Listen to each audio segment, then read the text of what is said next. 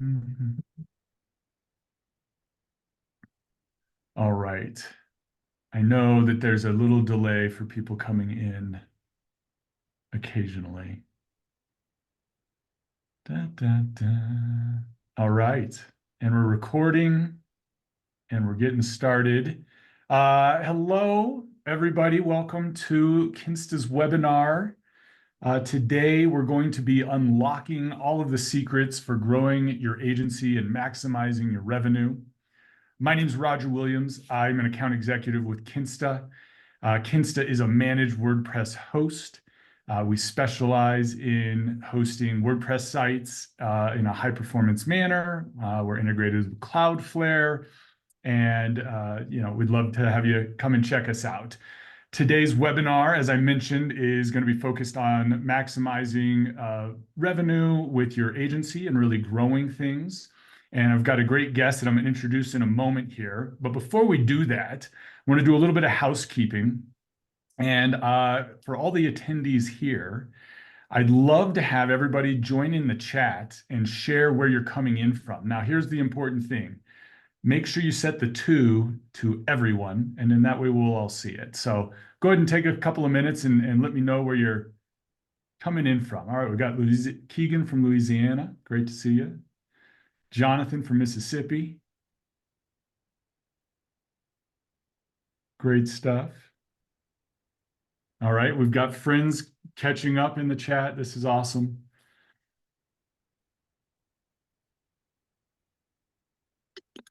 Tiago from Brazil. Hey, Tiago.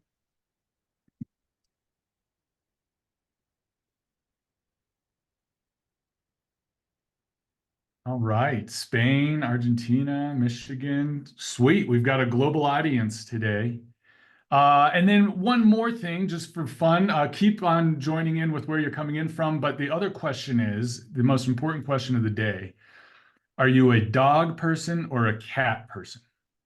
I think obviously I'm identifying as a dog person, and it's okay if you're a cat person. I'm okay with that.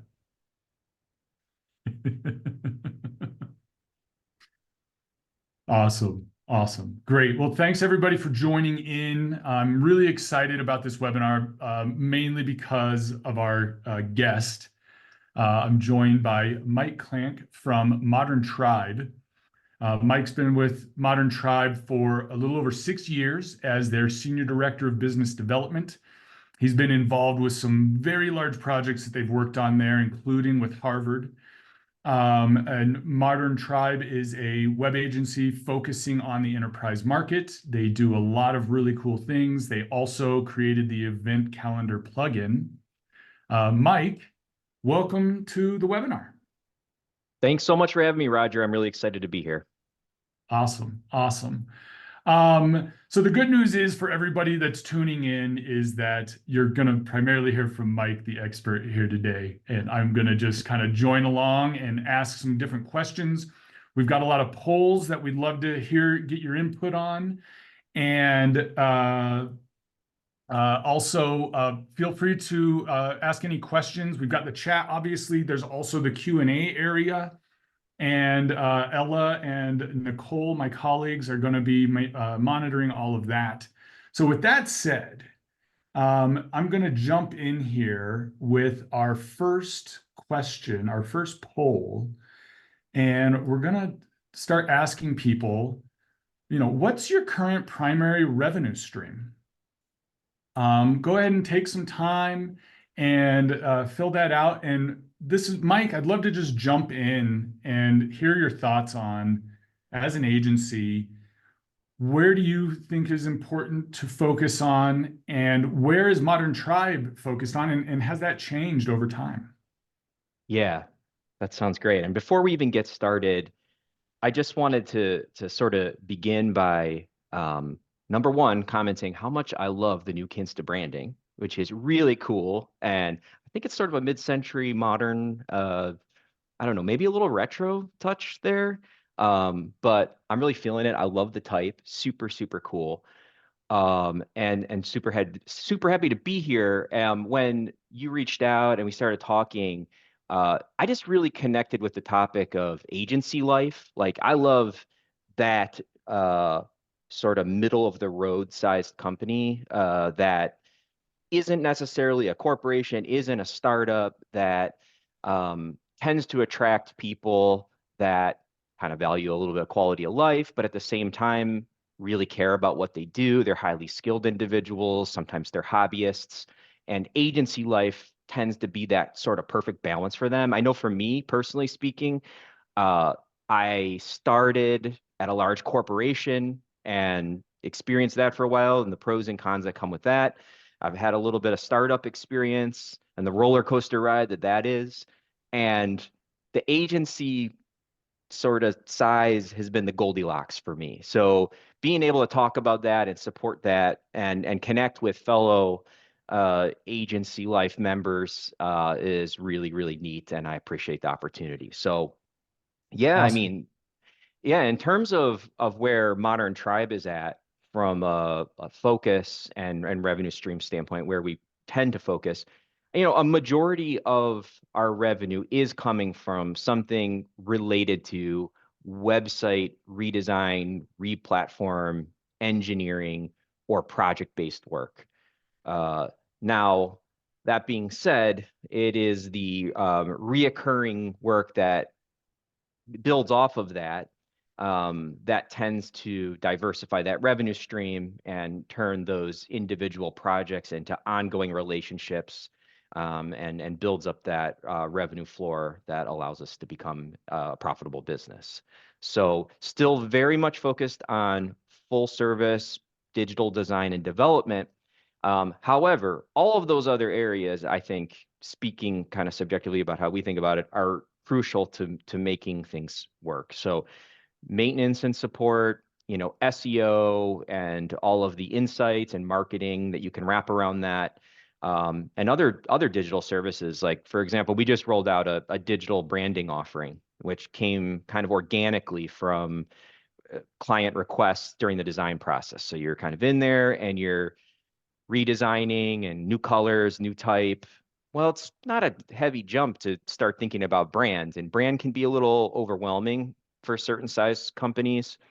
And so we've kind of carved out a little offering where we can add logo in there and some messaging and a bit of content direction, package that up as a digital branding offering and extend services that way. So yeah, I mean that's a bit about how we're thinking about revenue stream. I'm interested to see what everybody else is thinking about in the chat and the poll. Yeah, absolutely. Let me go ahead and I'm going to end the poll here. We've got quite a few answers, and we can go ahead and see the results. And it matches a lot with what you're saying there with website design projects, and then the maintenance and support. Really important. Just a quick segue is thinking about how do you prevent yourself from growing into too many areas and just saying yes too much? Is that something that you've seen, and how do you kind of try and overcome that? Oh yeah, yeah. There's a big tendency to want to say yes to clients, and in general, uh, you know, they are the client, and there's a customer relationship there, right? So there's like a certain amount of deference and respect, and you need to be willing to listen and entertain any suggestion they give you. That doesn't necessarily mean you need to agree with it. And also, sometimes you're best serving them by as a trusted partner by saying no or kind of assertively guiding them in another direction. So, yeah, it's a real thing. I mean, we've been asked to do work that maybe starts to branch slightly outside of our comfort zone, or that there just might be a more targeted partner or focused partner, I guess, who could deliver that work. Um, Maybe at a better cost. And we try to be honest about that. And that's key in building that relationship, right? So like we we are most successful when we develop a client partner relationships that's foundational and based on trust. And so they know we're going to tell them the truth at all times. And that's what allows it to last many years.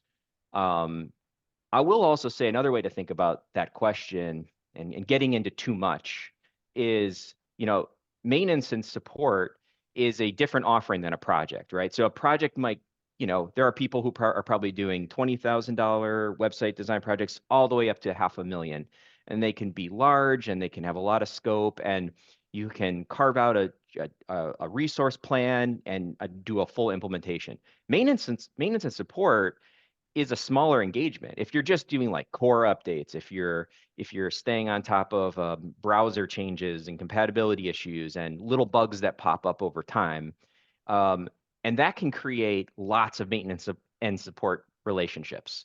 And that can be challenging in its own right, right? If you have a team, you have them context switching. So we're very cognizant to think about how we place maintenance and support. We love those relationships because they keep a tether to the customer. They keep an MSA in place, a service agreement that allows new work to really easily be spun up, right? If you don't have to do that initial paperwork, if you have that relationship, it's just an SOW. So the maintenance and support agreement is a fantastic tether, even if it's not the most profitable work, even if it creates some complexity with resourcing. But you can build around that. You can make sure you space those on different teams, or perhaps you have a dedicated support team and you want to build efficiencies in the way like tickets are submitted or the way they're backlogged and reviewed. So a lot of interesting ways to think about that. But it is, to kind of get back to the original point, it's okay to say no. It's your job to kind of listen, take it in, and just give them the best possible advice that you can. Excellent. There's really great insights. I know, as a salesperson, saying no is definitely very difficult because I'm just trying to get to yes all day. I I get know. plenty of no's, so it can be unnerving to tell the customer no. But It, it's funny you go say ahead. that. It is really hard to say no. And lately I've been thinking about this. I think I saw, it might have been in the Four Kitchens marketing. Somebody said that it's really okay to have strong opinions, if they're your real opinion. And like, it's okay to share like a hot take every once in a while, because as an agency, it's better to be known for something as opposed for being known for kind of everything or nothing. Um, so, you know, there's conversations that come up all the time about it. Do we build this with full stack WordPress, or do we go headless? And Ooh. lately I've been telling a lot of people, no, I think you can just go full stack. I think you can just do this with WordPress. Headless might not be the best option. And they're hearing all the buzzwords about headless, and they're getting pressure from different groups or providers.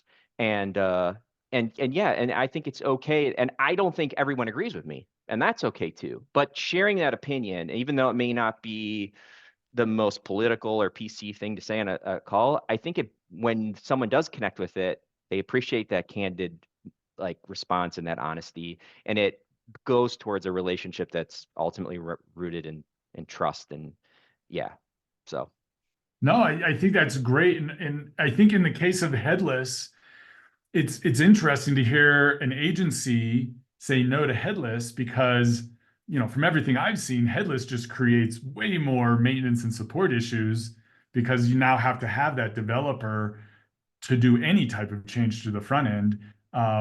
So, I think that seeing that level of honesty where you're, potentially turning down a good amount of work, um, you know, customers can hear that. So I think that's really good to hear. There's a quick question in the chat about Modern Tribe. How big is Modern Tribe at this point?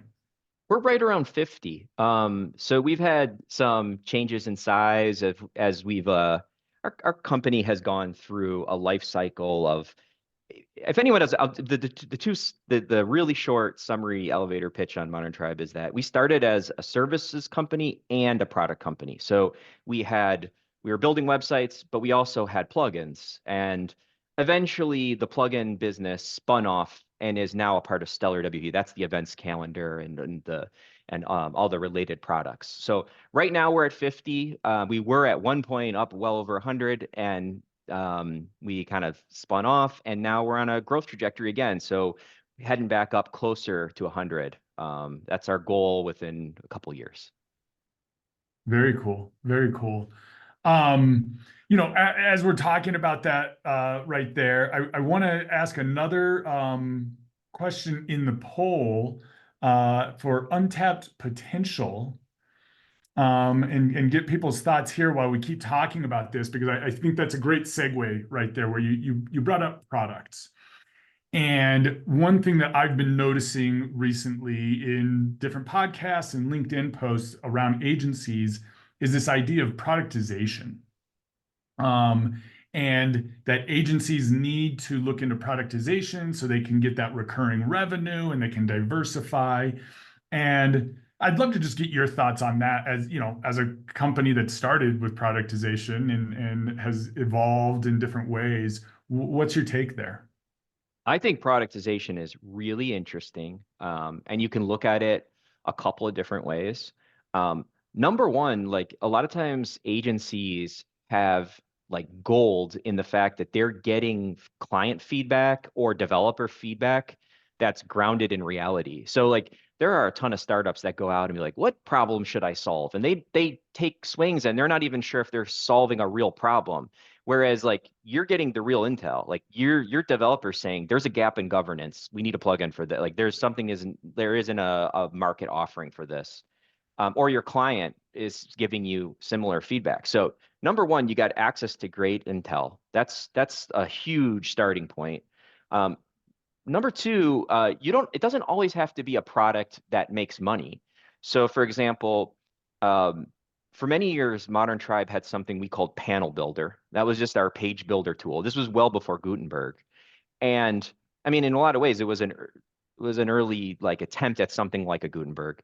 And so that was a differentiator for us. Like that was something that we used to sell, not necessarily the panel builder, because it was just like we gave them a license for perpetuity when they agreed to work with us, but it was a differentiator for selling our services. So it wasn't necessarily like a product. It was just an extension of our services offering that people found interesting. And when you have something like Panel Builder as a differentiator, you can market about it, you can talk about it, you can go to events and speak about it, do webinars like this one. So it's a great differentiator to sell your services. And then finally, if you come up with an actual offering, there's a huge need for premium plugins and neat, interesting services. And if you look, we're on the verge of another massive innovation period with AI. I mean, I think there is tremendous opportunity there to incorporate AI in a way that is beyond perhaps the initial sort of, I don't know, smoke and mirrors demo type stuff you've been seeing. Like it's about to get pretty deep and pretty cool and tons of opportunity for pioneering agencies to get out there and create new products and services. I'm going to be a little sarcastic here, but I love your hot take that AI is something to pay attention to, Mike. You got some serious insights Right. going there. Yeah. Yeah, I know. I'm really ahead of the trend on this one. Hey, I guess like I was trying to sit with it. I was thinking in and trying to think 3-year plan for Modern Tribe. What do we look like? And maybe we're just an AI company. I don't know. I mean, I don't know at this point. Like I, you know, it could really go anywhere at this point. So, I mean, I'm like drinking from the fire hose just like everybody else. I'm trying to see the trends, but it's tough. I mean, it's a massive overhaul, and there's a combination of them overpromising and then also just this completely revolutionary technology behind all of that fluff that is going to come at some point and really shake it up. So, who knows? No, absolutely. And I don't want this to devolve into an AI discussion, but I know. Yeah. there is a lot of stuff happening there, right? Like with ChatGPT, it's great for brainstorming. Yeah. I've found, and just like getting that blank sheet of paper to no longer be blank, right? And just somewhere to start. But it'll be interesting to see how it evolves as we start inputting our own data into the model so that it's talking to us, not just some general user. And it was really interesting at WordCamp Phoenix this year. There was a great presentation about how WordPress is a great way to position yourself into this AI movement Mhm. because we own the data.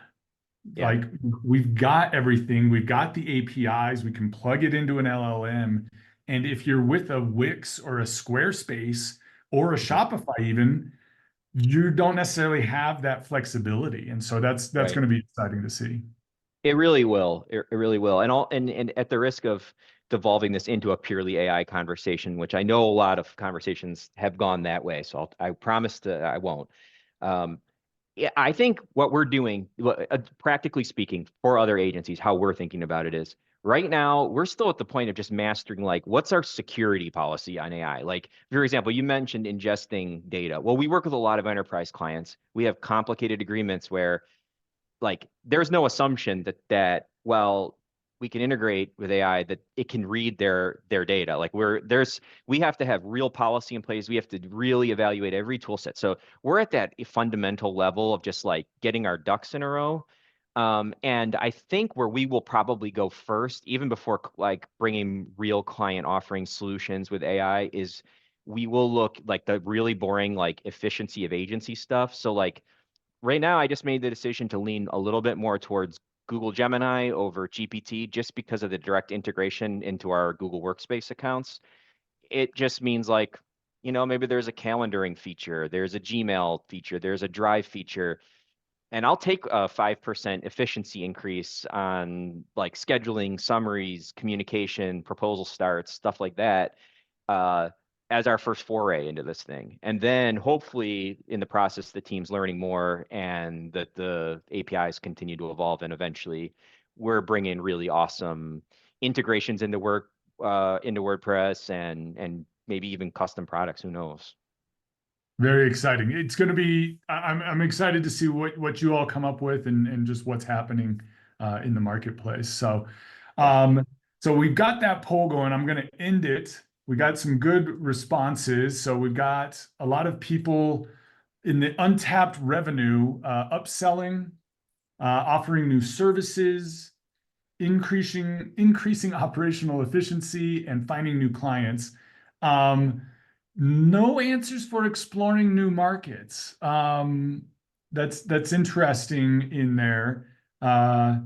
It's Would love hard. to start Yeah, another. Yeah, it's go ahead. really, that is really interesting, exploring new markets. I'll tell you, like one example for us was one of the ways we find new work is we monitor public RFPs. Like it's not the top, it's like third or fourth down the line, but we keep an eye on all public listings. And we see a lot of city, like civil, like kind of civil local government type work. And we actually kind of struggled with that new market, and it got me thinking like it's hard to find and develop a new market. That's just one example. Like their requirements and the bureaucracy around that, surprise, surprise, in local government, it was challenging for us, those projects. But just like breaking into a new market, you need to have a story to tell about that new market. You need to probably have a case study. You need to understand the nuance of, when we work with a higher ed client, we have lots of higher ed experience. Like we know the complexities of gathering complex stakeholder feedback and their budget cycles. And there are a lot of times just kind of we can reference other work and bring those goals and that guidance to the table with other clients. And if it was a completely new market, we wouldn't have any of that. So I can kind of understand that why all the peers are not buying too much into exploring new markets. I mean, there are going to be new markets from time to time that I think everybody will find their way to, but that makes sense. It looks like what was the winner here? Offering new services. Offering new services. Yeah, I mean, getting back to that point about how you can hear, you can listen to the market. That's a great one because I'll just again that digital branding offering we came up with. Similarly, we kept getting asked for SEO, more SEO guidance beyond just the consult when we were doing the project, but like more ongoing SEO analysis, insights, more like I don't know, like I guess you could call it like SEMrush type tooling where you're looking and identifying opportunities and competitor or peer analysis. Um, and so like when they're asking for it, that's the easiest thing to sell, right? And more often than not, they're asking because it seems like to them that it's a logical extension of what you're already offering them. So that makes a lot of sense to me. I like it. I like it. And I think, one thing to think about here, and I see this come up a lot, is niche, right? And finding your niche. it's really easy to just say, hey, I'm a web designer, or I'm a web agency, let's build a website. It's much more impactful to tell somebody, hey, I'm going to build your website. So if you're focused on lawyers, maybe you're deep diving into criminal defense lawyers or family law lawyers, and really being able to talk directly to that person. I think what you're talking about there with higher ed, right, is the same thing. You're bringing a lot of insights. You're assuring that customer that you know what you're doing here, and you're going to speak their language, right? I mean, that's a big part of the client relation aspect, is knowing how they talk internally about what's going Totally. on, and then being able to translate that, right? So that, because like I don't understand the internal dialogue of higher ed. Um, the agency, how do you see the agency's role in translating customers' internal vocabulary to the public? Yeah, it's I mean, I think you have to go into it bringing your knowledge to the table, that what you know about the industry, getting to know the client, and then kind of being that medium between a lot of times the stakeholders who have goals and the visitors or the customers on the other end. Um, I think one of the things that comes up within that context for us pretty regularly, especially as a group that focuses on enterprise WordPress or sort of larger builds, is that the key to success, it's almost a given we're going to create a user experience that's tailored for the visitor, right? Like we're going to know it's going to be conversion based or educational based, or there's some clear, like we want them to donate or something. We know what that is, and we're really good at crafting those experiences. Where the projects become really successful is where we can get in and understand the client and then also set up a publishing experience, a web experience for them that is easy to use, easy to train on, and will last for 5 years. Like that's the level of mastery that we seek to accomplish, because that's like real success. And that's where we have a multi-year relationship with them. Um, there are a lot of sites that look beautiful, that can even perform pretty well from a front end conversion standpoint or traffic standpoint, whatever it might be. And they start to, I guess, degrade very quickly because the governance isn't there. The system's too complex. Maybe it's a headless build and they need to go to a developer every time they need to change something on the homepage. Um, there's a lot of reasons, but I guess for us, like being able to add that extra level of value and guiding them on an experience that is appropriate for the front end user, the customer, the visitor, and the publisher, that's like the synergy that we need, because man, content's just so important. And it's like it really speaks to why Kinsta is a great tool as well. It's like the more you can just have reliable tools that do what they're supposed to do and almost ergonomically enforce the way you should be working correctly and kind of put those guardrails on for you, the more that the team members can focus on the messaging, the content, what they're trying to do as a business, and not so much like, how do I publish this? Or where was that button? Or what's the right taxonomy for this? If you do things right and the tools work well, it's 90% of it. How soon are you having that conversation with the customer? Because I know that a lot of the times a customer is just like, I need a website. We need a website. Maybe we've got an event coming up. Maybe we've just got a business, a shop or something. We need a website. And they think of it maybe more in terms of like a yellow page ad, or, something more traditional where it's like it's a one-time event.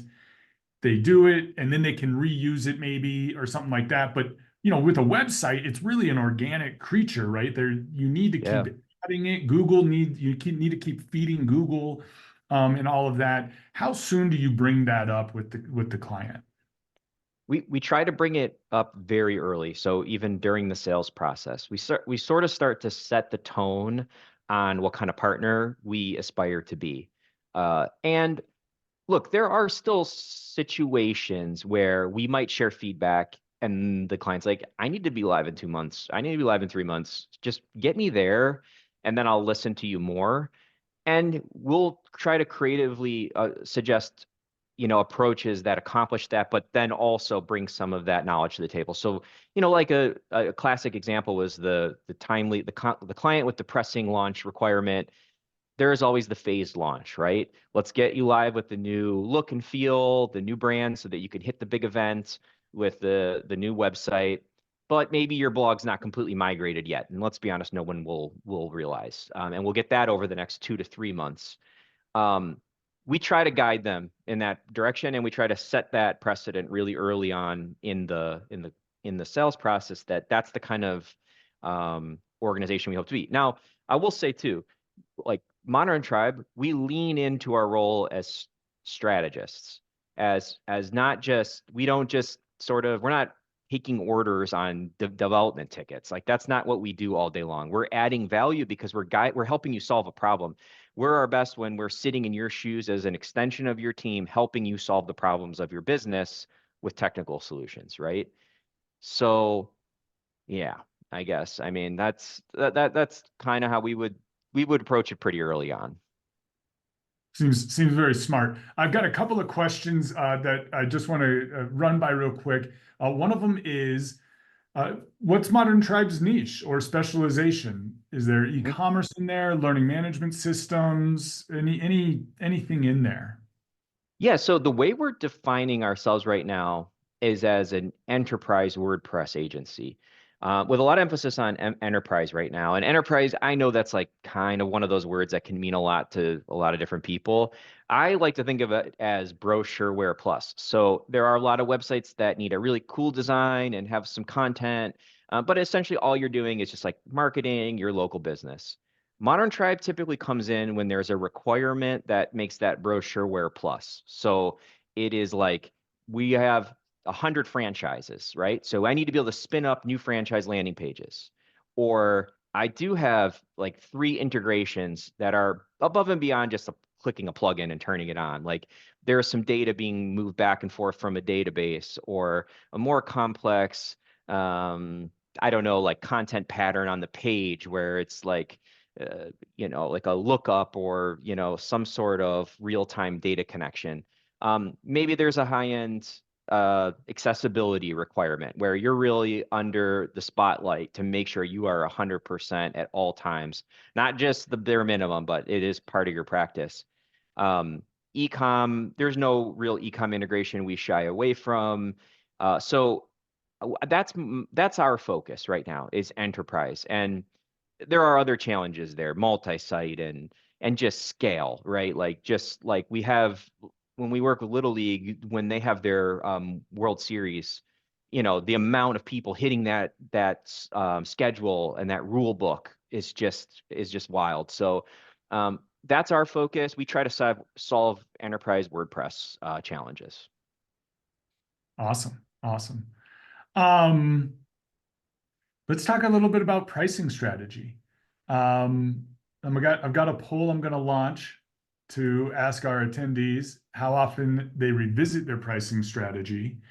And so, Mike, I'd love to just kind of hear your thoughts about how you approach pricing in general. And then, going with the survey here is, how often do you revisit that? Yeah, it's such a great question. And I think after the pipeline is full, there's probably no single, you know, thing to think about that's more important, that affects the bottom line longer term, than what's the right pricing strategy. I say after the pipeline, so I realize that pricing affects the ability, but like the way I think about pipeline oftentimes is that you build upon it, right? So you oftentimes you need to fill the team with work. And so I guess the pricing strategy when you're getting started as a young business, or as maybe a business that's going through a rough patch, is, the pricing is going to be you doing whatever it takes to fill the pipeline. Like that's the first pricing strategy. But after they're full, you have some level of stability, you have that floor, then you can really think about how do we get kind of like clever with this in a way that is fair to our clients, is competitive, that allows us to be profitable, to pay our employees well. There's a balance with all of that. So, the honest answer is that we evaluate pricing almost on every deal. Now it's within a range, right? Like I know there is like a floor and there is a a top end where even at our busiest and even when the economy's churning and the enterprise clients all just will do whatever it takes to work, you will just create yourself such departure risk that it's not worth it, right? You don't want to overcharge clients either. There's a healthy range in the middle, and that range is often influenced, in my eyes, by do we have any gaps in our pipeline or upcoming gaps? And I want to get us to like 80-90% full before I start thinking about changing rate too much. Um, so that's sort of the first thing I want to think about when it comes to pricing. Then I guess anything else. Well, let me think on that one for 1 second because I don't want to like misstate how we do it. Um, it changes daily within a range, and there are times we will incentivize volume. So there are time periods where we want to build the relationship and give us room that we aren't in a constant sales cycle. So what we'll say is, I'm willing to bring the rate down if you can bring the total number up so that we don't have to reevaluate this conversation again in 4 months. It's not appropriate for every deal, right? That's primarily on inside sales, but that's a really good strategy is volume discounting. And again, this is all building on the concept of you need to have a floor in place before you really start thinking about profitability. So, I don't know if I actually said that exactly perfectly clear. So let me just try it one more time, Roger, and see if this is connecting. You tell me if this is making logical sense or if I'm Okay. just um you have to build upon stability, right? So I think some groups are like, we need to be super profitable. We're going to charge a super high rate, and then they have gaps from time to time. And our thinking is with inside our healthy range that is sort of parameterized by how much we need to pay our employees and how much we need to make. We move that up and down once we have that stability. But you don't want to be aggressive with pricing and not have a full pipeline. You get aggressive with that last 10% towards the upper end of your parameter, so that you're maximizing within that healthy range. And we do that on an ongoing basis, specifically with volume discounts. That makes a lot of sense. And I appreciate the insights there, and I hope our listeners appreciate that too. I think it's important to be dynamic with Mhm. your pricing, right? And we're looking at the results of the poll here. We've got some people every quarter, some annually, and some rarely or never. Which I mean, to each their own. But I always think about, I go off the customer response and how quick the response is to my bid. Mhm. And if the yes is like right away off the bat, I'm like, oh shoot, I should have Yeah. charged more. I think sometimes, especially in the United States, there's this tendency to shy away from negotiating. Mhm. Um, and I really urge people to get over that. Like, it's okay if the customer tells you it's too much. You can make Yeah. adjustments. And so, that's just some sales uh, thoughts and talk going on right there. Um, there's a question that William submitted that I want to hit on real quick. He asks, I'd love to hear how your team goes about finding new clients. Are there any practical tactics/tools you rely on? And I mean, this is a big one, right? Like new business. Yeah. How do you go about it? Yeah. Perhaps I'll have like a hot take on this one. I don't know. I mean, I think a lot of folks think it's all in the marketing and the content that you put out there. And I actually don't think content marketing is super effective anymore. You're just lost in like a huge cacophony of like people yelling about different topics. It's very hard to stand out, even if you're saying something opinionated. Um, our the way we earn new business is far and away first is relationships, right? It's relationships with our existing partners that builds our reputation, that allows us to creep and crawl into other departments and organizations and peers of theirs it's also through our network of really great partners like Kinsta that we're kind of like referring, hey, did you hear about this? Or they might say something like that. And we build out a network of those folks. So that's kind of far and away the number one way we source work. And I mentioned earlier, third or fourth down the road was public RFPs, just listings and directories and open bids. But the one that I think is really underrated is paid advertising. And I know that maybe doesn't sound like it would be that fruitful, but it is. If you find the right network, the one that works for your size agency and the one that can find that client profile. So there are a couple of directory sites out there that offer sponsored listings that get great traffic, and the leads will drop at your contact form and they will say like, I saw you on this site. I keyword searched WordPress, WooCommerce, builds, a couple of keywords. I landed on their directory and then they sent me over to you because you were at the top. Um, if you've ever been on YouTube, I mean, I've seen, geez, I went to Eastern Standard's website and they followed me around with remarketing through YouTube for 6 months. They should probably turn that off because I'm not a potential customer. But props to Eastern Standard. I remember that name. I remember that experience, and it was pretty sharp. Like the banner ad wasn't oppressive. It was like a kind of a subtle reminder that I had been there. I think if I was looking for a web partner and someone was wise enough to do that, that would help. And there's a timeliness component to this that is always hard to balance, which is like, you have to hit people when they have a project. Like the cold calling, we've tried the cold outbound, and there are some strategies that work. There are some really interesting ones.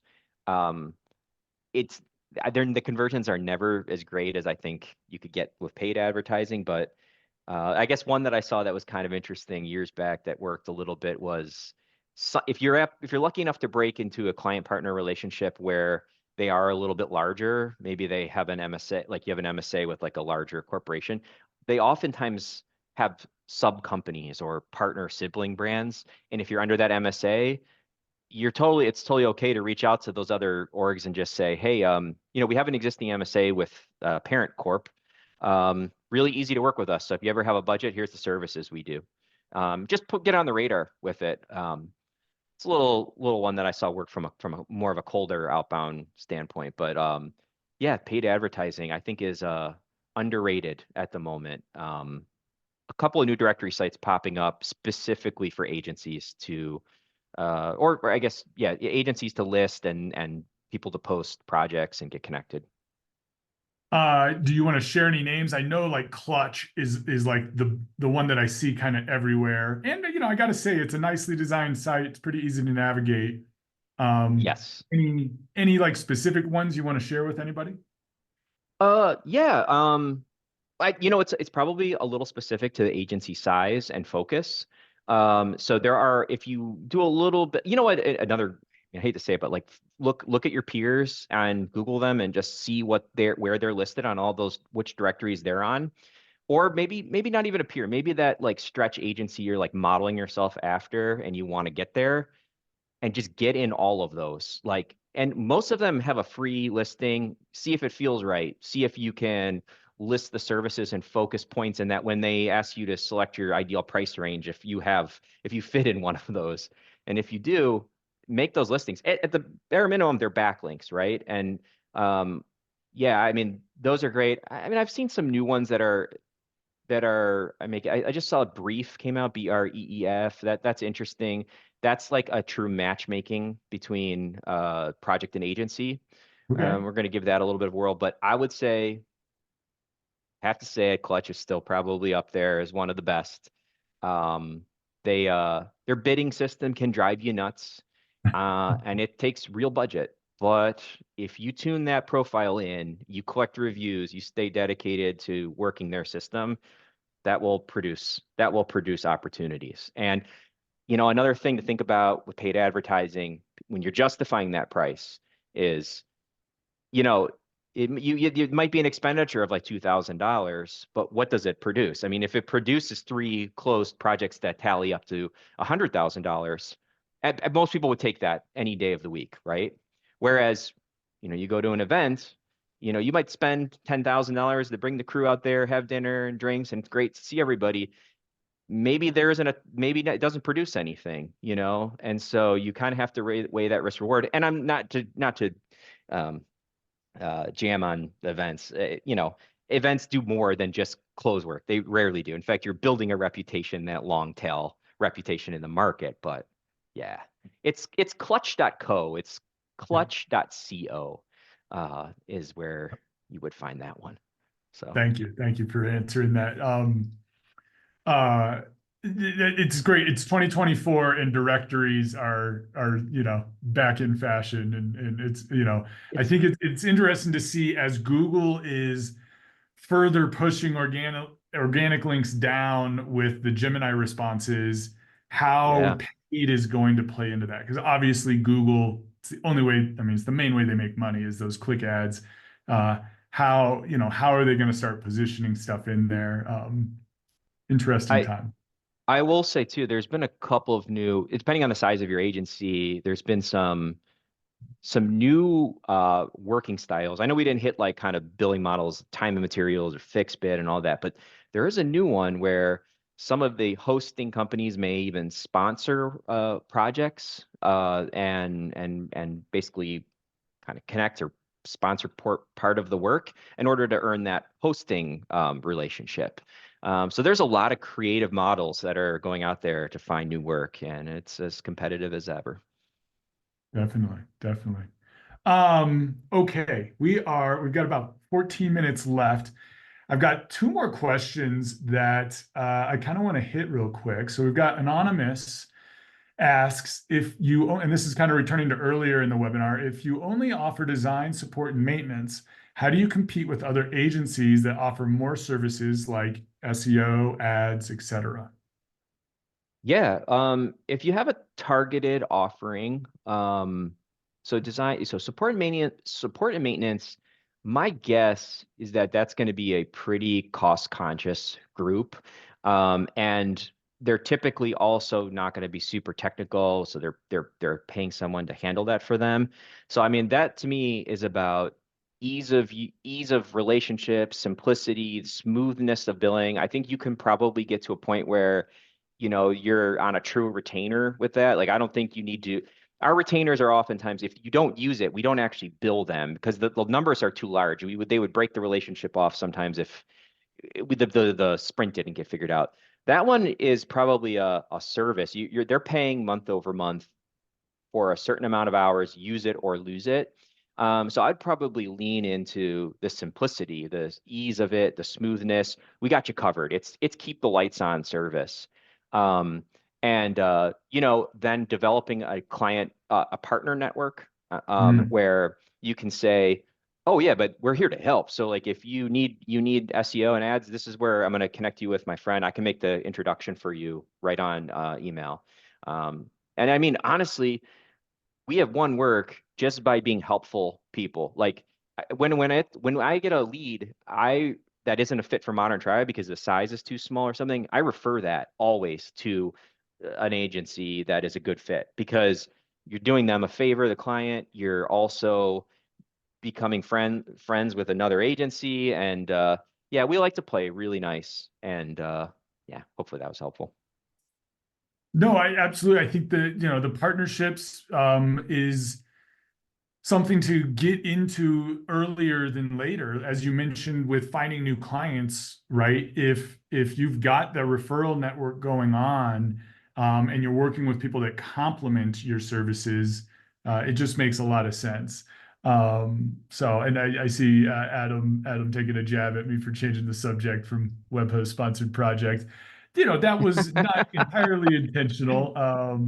But yeah, anyway, we have another question I want to hit before we get into a couple more polls. Mhm. Anonymous asks, do you have any market trends that you and the team have identified that could influence agency revenue? I'm putting a lot of emphasis on the word trends right now. It's like something that's new. Um, it's a little unique, I think, to agency size, vertical.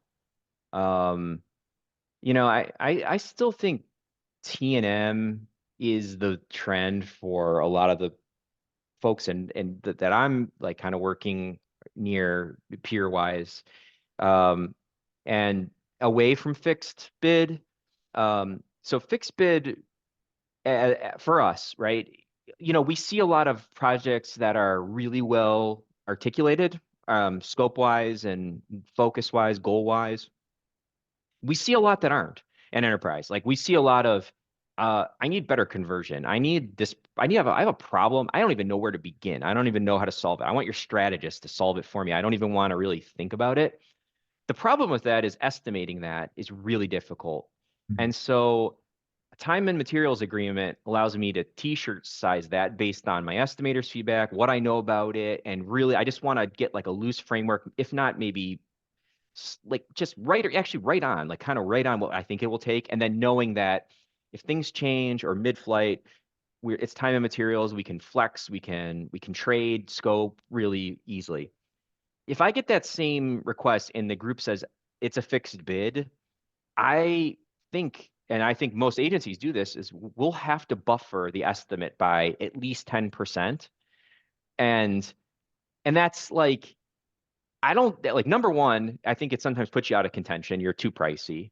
Number two, even if everything goes well, the client got 90% of the value because you're probably not going to just give them the extra buffer. You're going to take that as profit. And so um, time and materials allows you to skip all the paperwork. It's just like you're mid-flight, you're tracking a scope doc. Okay, you want to switch this out, or you agree to this kind of shift. Okay, let's go. You're cruising. Fixed bid. Okay, you want to 9 content patterns got changed to 10. All right, now we have to do paperwork mid-flight on a project that doesn't need to be slowed down by a change order. So Mhm. I think time and materials is still a really great way to work. I realize it's not perfect, and I realize there are certain projects where fixed is just it's the right thing to do. But I think as you get larger, maybe one of the trends is that T&M really still becomes the go-to. Interesting.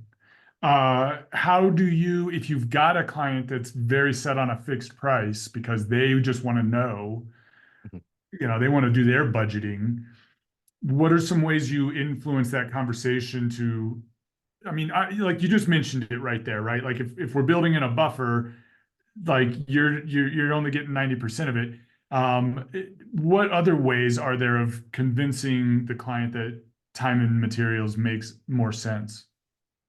Yeah, I think I just try to be really candid about all of what those agreements mean. I think to be totally honest, most of the time a lot of buyers don't know the difference or really understand the difference between T&M versus fixed versus retainer based billing.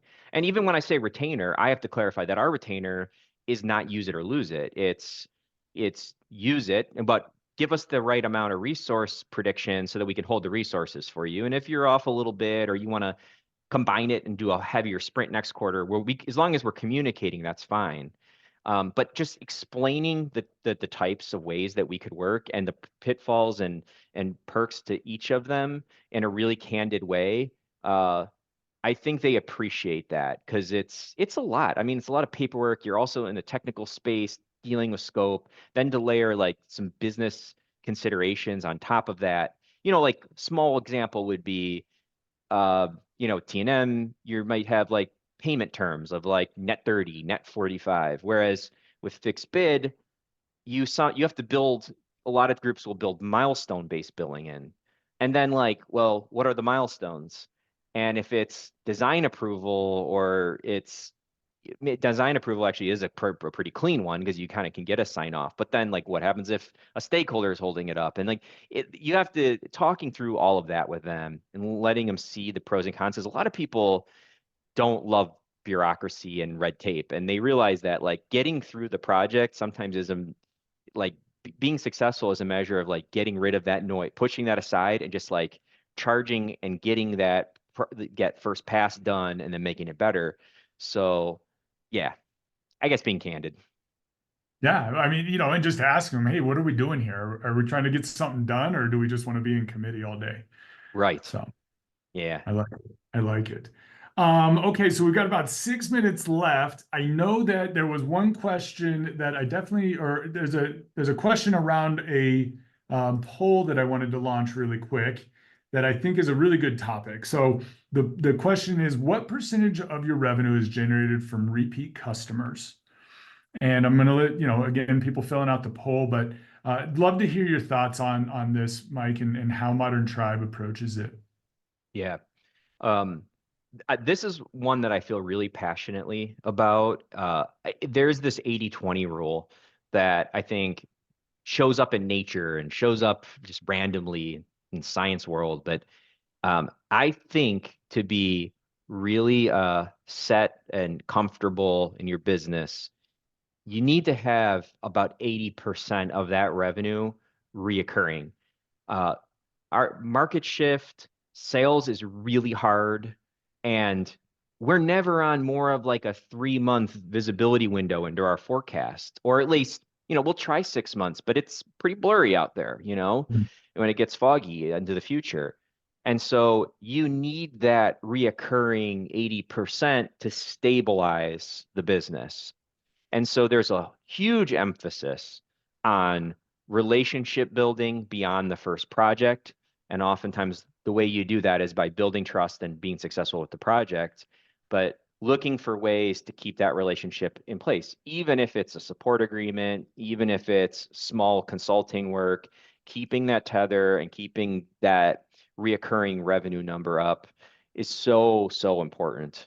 And I really like if it drops below 80%, you will have this like cascading effect of just like new project opportunities will actually slow down because the 80%, it's just more churn to the overall pipeline. It's just more conversations, more people front of mind. So really believe in that 80-20 ratio. I track it pretty meticulously. I've tracked it in a spreadsheet for over 5 years, and it's incredible what happens to our business if it just drops a little bit below 80 or if it goes above 80. Yeah, you bring it up towards 90, and now your sales team only has to fill the 10%. Well, they can be a little more selective with which opportunities they chase. They can bring their rates up a little bit. Profitability starts to pick up. And yeah, That's that's some really interesting feedback on that. I've shared the poll results, and we see a pretty good mixture across the board of answers here. And where you're saying is more than 75% is where you would like to be. And obviously everybody runs their business different, but there is the old adage that it's much cheaper to keep an existing customer than to find a new one. And being in sales, I can attest to finding new customers is a lot of work. And when you've already got that relationship and you've built that trust, you've shown, hey, we can deliver. Um, you just need to remember to ask for more business, right? That yep, it's really it's an easy concept, like, hey, yeah, just ask them, if they have more business or if they refer, is there anybody they could refer you to? yeah, um and these are questions that I know in sales, people overlook it. There's also, I've been seeing a lot of discussion about account managers needing to be more sales oriented hmm, than, you're not just delivering on today's project, but hey, what ancillary projects would help this? And just bringing that up with the customer in a conversation. You don't have to pitch all the time. You just need to talk. for sure. Yeah, that road mapping skill set is totally underrated. Great strategists, when you launch a project, they've got 3 or 4 ideas that came up organically throughout the course of the project that hey, no pressure when you're ready, but these are seeds and these are things that if you work with us on, these are going to drive more results for you. Really important. And I know we're at time. Wanted to build off that with just one final point, which is that for a lot of agencies is to not be afraid to grow. And that 80-20 ratio, what happens is I think sometimes groups get stuck in like at a smaller number, and they don't realize that if you can kind of kick and scrape and get your way to a full, slightly larger team, when you have gaps, you have more options from some of your bigger clients to pull that work forward to fill the gap. And so there is some strategy to agency size where you get these over these certain hurdles of like 50 to 75. There's a nice bump in efficiency when you get to 75. You have more clients, you can pull them a little bit forward. If you're hitting that 80-20 ratio, oh, someone created a gap. They can't get stakeholder approval. Well, we can just burn a little quicker over here if they're ready to go. Never realize that revenue gap for that month and keep it rolling. Yeah. That's awesome. That's excellent advice and a little bit counterintuitive, right? Is you want to be careful about spending too much money on your costs and everything before you've got the business. But if you can talk to that existing clientele and grow that business, you can chicken and egg it, as it were. So Yep. great stuff. Wow, that hour flew by. I didn't even get to all the polls that I wanted to do, but we got a ton of stuff. Thank you, everybody, for attending and asking your questions. They were excellent. Um, and thank you, Mike, so much for your time and your expertise and sharing so candidly. I really appreciate it. It's been a pleasure. Thank you so much, Roger, for emceeing. And yeah, I love meeting new agency folks. So if anybody wants to connect on LinkedIn, feel free to reach out. And yeah, happy to banter more with anybody who feels passionate about the topic. So thanks for the opportunity today, Roger. Appreciate it. Absolutely, you're welcome. And for anybody who's looking for Modern Tribe, it's tri.be. That's So correct. thank you so much, and we'll see you all in the next one. Have a great day. All right. Thanks, everybody. Bye bye.